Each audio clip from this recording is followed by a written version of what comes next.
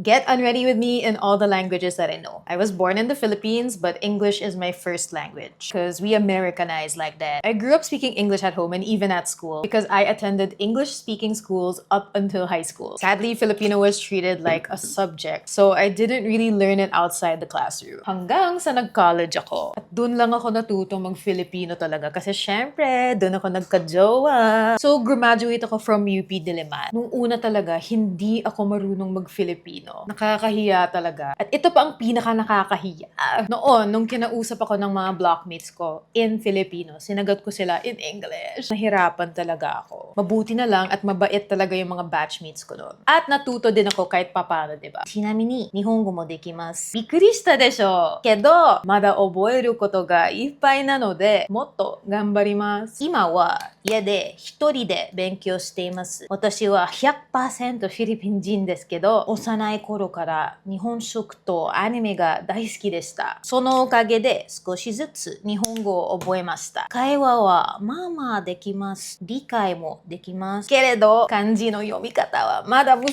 しいです。だからもっともっと勉強します。ということで、スキンケアは終わりました。また次の動画でお会いしましょう。バイバイ。